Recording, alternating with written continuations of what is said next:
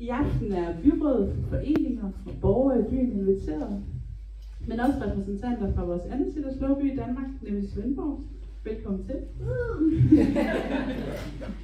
Svendborg havde 10-års jubilæum i 2018, så I har været Citterslå lidt længere end os.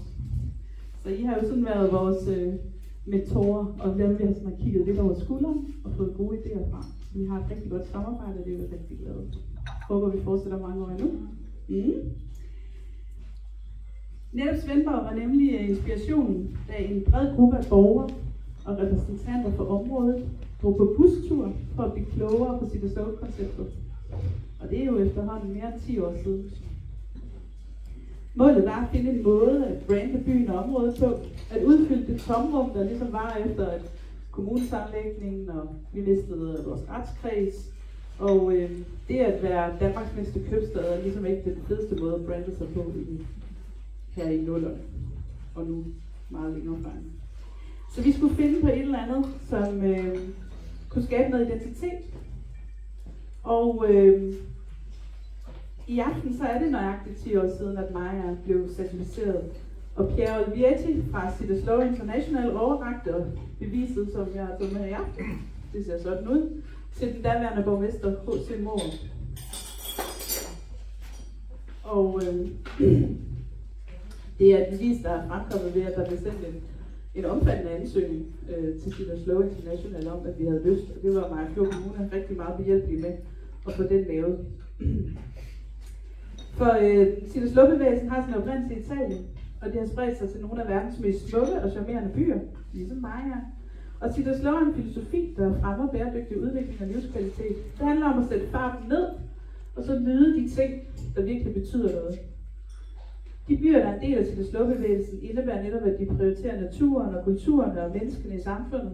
Det handler om at skabe en bæredygtig fremtid for kommende generationer, og beskytte de der ressourcer, som vi jo har fået til rådighed. Citterslå handler også om at værne om historie, som er med til at skabe fælles identitet og dermed fællesskab. Det handler om at tage ansvar for de mennesker, der bor i vores by, og sørge for, at deres behov også bliver tilgodeset. I stedet for at løbe efter det næste mål og det næste trend, så opmuntrer Citterslå os til at stoppe op og sætte pris på de små ting i livet, som vi nogle gange overser. Det er f.eks. at dufte til en rose i rosenhaven, bade fra en sandstrand ved fjorden, vandre en tur på en sti, lytte til en fortælling, synge en aftensang sammen, eller sågar klø en trold lidt på ryggen. Citterslå bliver i vores kommune organiseret gennem et råd, hvor der udover borgere fra området også er repræsentanter for byrådet, handel og turist. Og det er skabt med udgangspunkt i at støtte Majas DNA og genfinde historien, og så på autentisk vis skabe nye netværk mellem aktører, foreninger og frivillige. I stort set alle andre af de over 250 Citterslå-byer, der nu er i verden, så gør de det anderledes. Der er ikke én vej at gå. Mange ting har også ændret sig undervejs. Nu er Citterslå faktisk skrevet ind i kommunens strategi. Og Maja og byens opland har blevet det, som talesættes som Citterslå by, når kommunen præsenterer byen sådan udad til. Indad til, der kan jeg godt være ærlig at sige, der tror jeg ikke, at folk går og siger, at jeg kommer fra en Citterslå-by. Jeg kommer fra Maja, og mange siger stadigvæk Rosernes by. Men sammen bliver det jo til en rigtig god fortælling, som rammer bredt, både til de gæster, der kommer til byen, de folk, der kunne finde på at flytte hertil og slå rod, og også dem, der kunne finde på at komme hertil for at handle.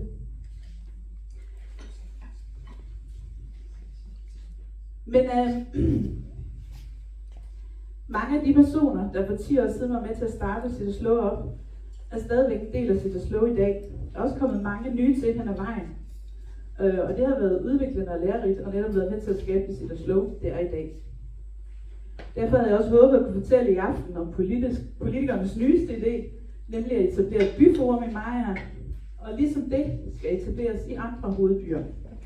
Ansøgningen er sendt, jeg tror der er gået lidt politik i den. I hvert fald er det ikke blevet behandlet endnu, og det er stadigvæk sådan lidt uklart, hvad forventningerne er, og vi venter spændt på en udmelding. Men hvad har vi lavet de 10 år, der er gået? Af de projekter, som folkene bag er særligt stolt af, der er det jo Rosenhaven, det er bryllupssalen, det er guiderne, det er skiltningen, og det er stierne. Men det er også en trold, og det er børneteater, det er koncerter i Rosenhaven, det er udveksling af unge med Maja og den italienske by Oviedo. Det er alt sammen projekter, der har rod i den her fælles fortælling, og i forvejen var i området og en udvikling af samme. Det er her symbolet med sneglet med sit hus på ryggen kommer til sin ret. Det er byen, der bærer sin historie, og stille og roligt udbygger den og finder et hjem eller et fællesskab i den. Det har også været sager, der var lidt svære, og som skabte debat. For eksempel, hvorvidt et højhus i Marienfindsdalen nu også var en god idé, eller en omfartsvej. Omfartsvejen håber vi stadig en dag kommer. Citerslå er ikke politisk, men holdninger må man gerne have. Citerslå er i dag også en paraply for flere foreninger og samarbejder bredt, og har gennem årene opnået at blive en forening for ildsjæle og andre foreninger, som kan bruge støtte og netværk og vejledning i en proces, hvad enten det er i opstarten eller undervejs. For 10 år har frivillige i omkring Citerslå sat spor og skabt samarbejder og etableret nye tiltag, som er synlige og stadig i drift og til gavn for borgere og gæster. I aften har vi inviteret dem, der gennem årene har lagt tid og kræfter i arbejdet. Alt er ulønnet, drevet af begejstring på byen og området. Og det er svært at nævne nogen, for der er jo bare for, at man glemmer andre. Det håber vi ikke, vi gør. Og hvis det er tilfældet, så undskylder vi på forhånd. Der er rigtig mange berøringsflader og samarbejder gennem 10 år. Så jeg vil gerne se dem, der sidder i rådet lige nu, men også alle dem, der har været forbi i løbet af 10 år, og bede dem komme herop. Jeg tror, en del af jer er her i aften.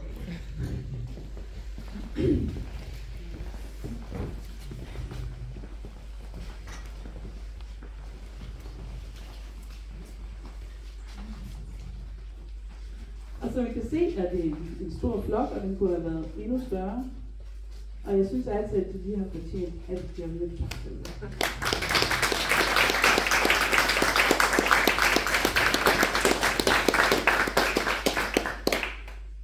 Vi har mødet cirka en gang om måneden. Så laver vi sådan noget som det her. Vi kiggede lige på hinanden i aften her klokken 5 og sagde, så lavede vi lige et arrangement mere. Vi har efterhånden gjort det mange gange. Og det tegner også på, at vi kender hinanden rigtig godt. Og vi har det også rigtig hyggeligt sammen, når vi holder møder. Og det er også det, der skal til, hvor man kan skabe noget sammen.